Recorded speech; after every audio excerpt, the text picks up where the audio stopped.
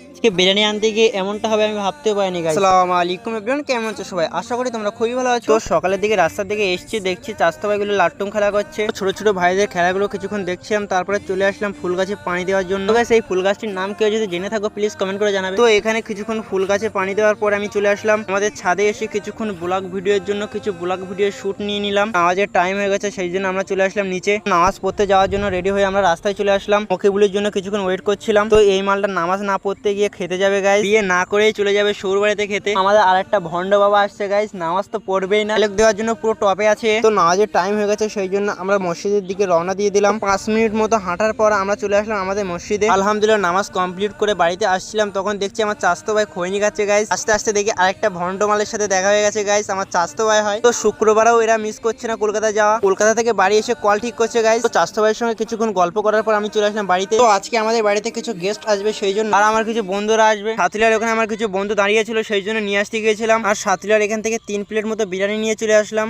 বন্ধুরা ক্যামেরাতে আসতে যাচ্ছে না, সেই জন্য ওদেরকে দেখাতে পারলাম না গাইস। তারপর আমরা বাড়ির দিকে রওনা দিয়ে দিলাম। মোটামুটি 5 মিনিট বাইক রাইড করার পর আমরা ফাইনালি চলে আসলাম বাড়িতে। এই ছোট্ট মিনি ব্লগটা এতটুকু, যদি ভালো লাগে থাকে প্লিজ লাইক অ্যান্ড ফলো করে নেক্সট পার্ট দেখার জন্য প্লিজ ফলো করে নিও।